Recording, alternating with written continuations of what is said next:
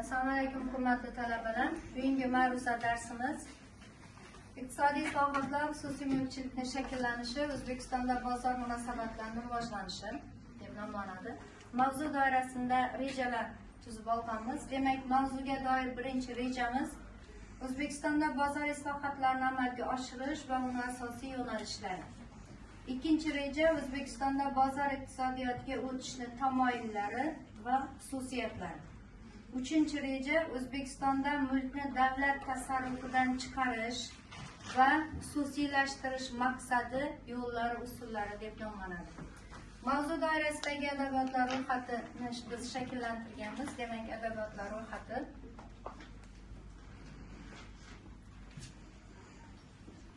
Endi hurmatli talabalar, bozor munosabatlarini rivojlantirishga qaratilgan O'zbekiston iqtisodiyotining negizini xilma-xil shakldagi mulk tashkil qiladi.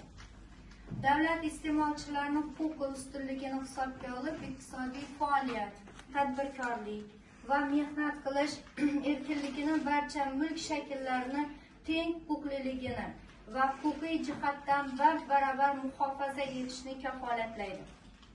Hamda xususiy mulk boshqa mulk shakllari kabi daxlsiz va davlat himoyasida hisoblanadi. Shuningdek, mulkdor faqat qonunda nazarda tutilgan hollarda va tartibdagina mulkidan mahrum etilishi mumkin. Endi muhtaram prezidentimizni shunday bir ajoyib iboralar mavjudki, ya'ni agar biz yurtimizda barqaror iqtisodiyot qurmoqchi bo'lsak, dunyodagi rivojlangan mamlakatlar kabi boy va farovon yashamoqchi bo'lsak, yuzaki emas, balki qanchalik qiyin va murakkab bo'lmasin, haqiqiy bozor iqtisodiyotiga o'tishimiz shart. Yagona yo'limiz shu deb ta'kidlab o'tganlar o'z ma'ruzalarida. O'zbekistonda bozor islohotlarini amalga oshirish va uning asosiy yo'nalishlari haqida gapirar ekanmiz. Jumladan iqtisodiy munosabatlar va tashkiliy boshqaruv tuzilmalarini bir turidan butunlay boshqa yangi turiga o'tish, iqtisodiy islohotlar strategiyasini ishlab chiqish va uning asosiy yo'nalishlarini aniqlab olishni taqozo qiladi. Iqtisodiy islohotlar iqtisodiyotda tub o'zgarishlarni amalga oshirishga qaratilgan iqtisodiy chora-tadbirlarning yig'indisi, ya'ni majmui hisoblanadi. Iqtisodiy islohotlarni bosh bo'g'ini mulkchilik munosabatlarini tubdan o'zgartirishdir. Hamda shu orqali ko'p ukladli iqtisodiyot va raqobatlashish muhitini shakllantiradi, bozor iqtisodiyotiga o'tishni shart-sharoitlarni vujudga keltiradi.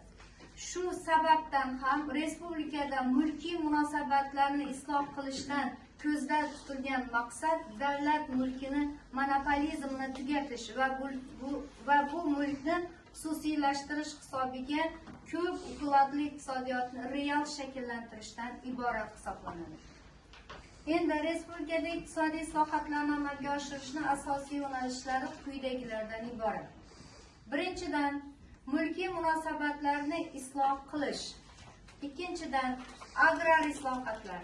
Uchinchi, moliya, kredit va narx-navo islohoti. Keyingisi, boshqarish tizimini isloh qilish va bozor infratuzilmasini yaratish. Va keyingisi, tashqi iqtisodiy aloqalar islohoti va ijtimoiy islohotlarni aytishimiz mumkin. Endi demokratik jamiyatga monand iqtisodiy islohotlar quyidagi tub belgilarda o'z ifodasini topadi. Birinchi, xususiy mulkdan. Ikkinchi, tadbirkorlik va tanlov erkinligi. Uchinchisi, shaxsiy manfaatni inson xatti-harakatini bosh motivi ekanligi. Keyingisi, raqobatda va erkin narx tizimida davlatning iqtisodiyotga aralashuvini cheklanganligidan o'z ifodasini topadi. Iqtisodiyotni isloh qilishning eng asosiy muammolaridan biri narxlarni erkinlashtirishdir. Narxlarni erkin shakllanishi uchun narxlar tizimini isloh qilish ham zarur. Dastlab davlat xarid narxlarini amal qilish doirasini qisqartiriladi va keyingi ichki narxlar jahon narxlariga muvofiqlashtirilib boriladi. Shuningdek, narxlarni erkinlashtirishda ayrim turdagi xom ashyo va mahsulot narxlari bilan aholi va korxonalar daromadlari o'rtasida tenglikka erishishga harakat qilinadi. narxlar islohoti boshlanganda, ya'ni 1994-yilgacha hamma turdagi xom ashyo va mahsulotlar bo'yicha erkin narxlarga o'tildi. Barcha iste'mol mollari narxi ustidan davlat nazorati bekor qilindi. Endi dastlabki bosqichda 1992-yil keng doiradagi ishlab chiqarish texnik vositasi bo'lgan mahsulotlar, ayrim turdagi xalq iste'mol mollari, bajarilgan ishlar va xizmatlarni kelishilgan narxlar va tariflariga o'tildi. Aholini himoyalash maqsadida cheklangan doiradagi oziq-ovqat va sanoat tovarlari narxlarini chegarasi belgilab qo'yildi. Keyin narxlar islohotining ikkinchi bosqichida kelishilgan ulgurji narxlarni davlat tomonidan tartibga solish umuman to'xtatildi. Uchinchi bosqichida, ya'ni 1994-oktyabr-noyabr oylarida xalq iste'mol mollari asosiy turlarining narxi erkin qo'yib yuborildi. Shunday qilib, iqtisodiyotni isloh qilishning dastlabki davri narxlarni to'liq erkinlashtirish bilan o'z nihoyasiga yetdi. Isloh qilish natijasida tarkib topgan boshqaruv tizimi bozor iqtisodiyotiga o'tib borish bilan yanada takomillashib va rivojlanib shakllanib boradi.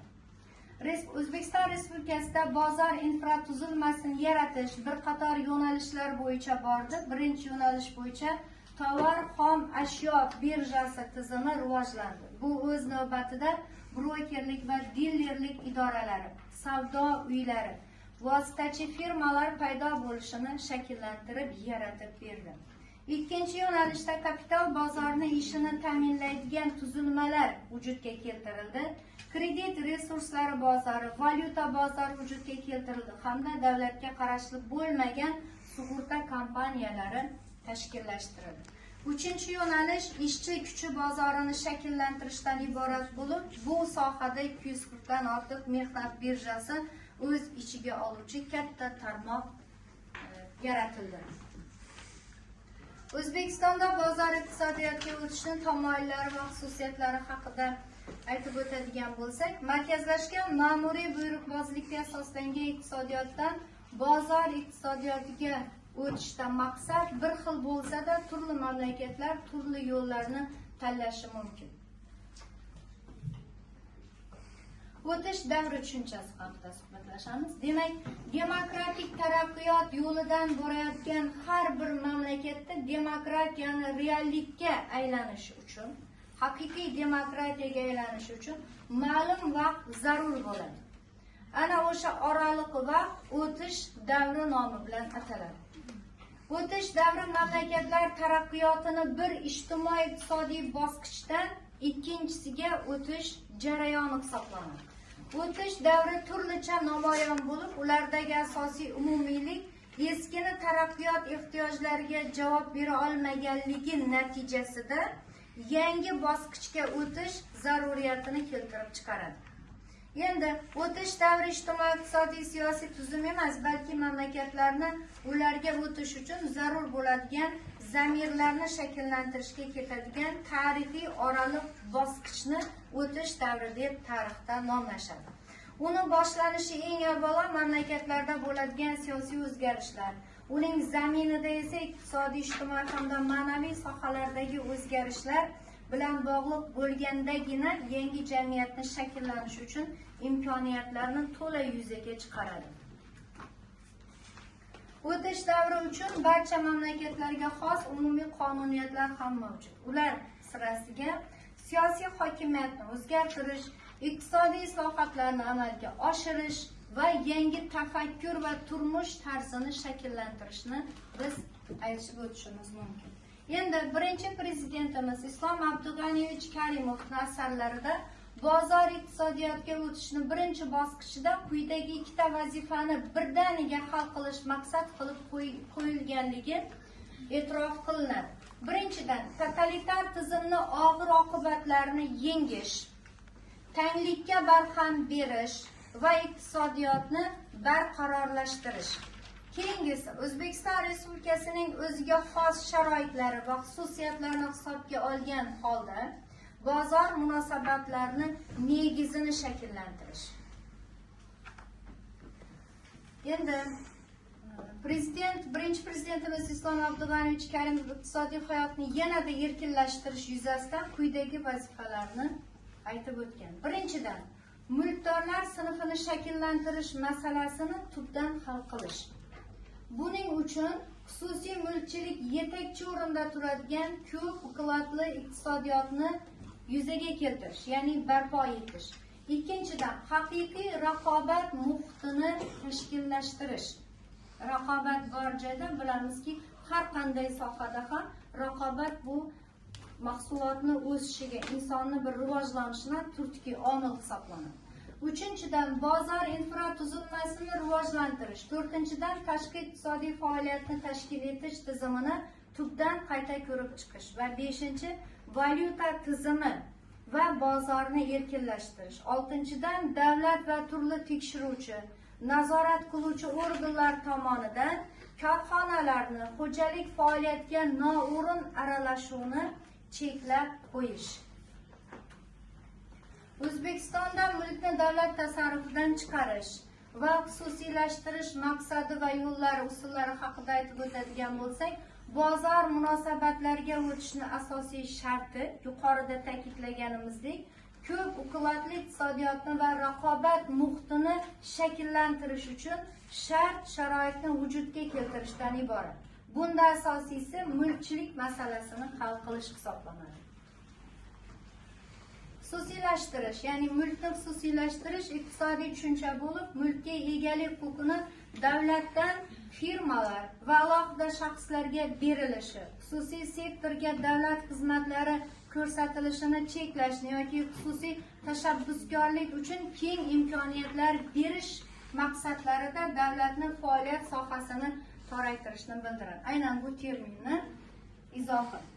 Endi xususiylashtirish natijasida hech bo'lmaganda ikkita asosiy vazifani hal qilishga erishiladi.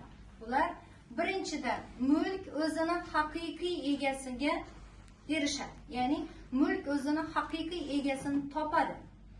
Ikkinchi, xususiylashtirish ko'p quvvatli iqtisodiyotni va rag'batlantiruvchi raqobatni, turli mahsulot ishlab chiqaruvchi muhitni vujudga keltiradi. Mamlakatimizda 1991-yil 19-noyabrda qabul qilingan mulkni davlat tasarrufidan chiqarish va xususiylashtirish to'g'risidagi qonunga muvofiq davlat mol-mulkini xususiylashtirish masalalari bo'yicha 20 dan ortiq maxsus dasturlar ishlab chiqildi va amalga oshirildi. Endi xususiylashtirish bu 5 ta bosqichga ajratildi. Birinchi bosqich, ikkinchi, uchinchi va to'rtinchi, beshinchi bosqich. Beshinchi bosqich bugungi kungacha bo'lgan davr hisoblanadi.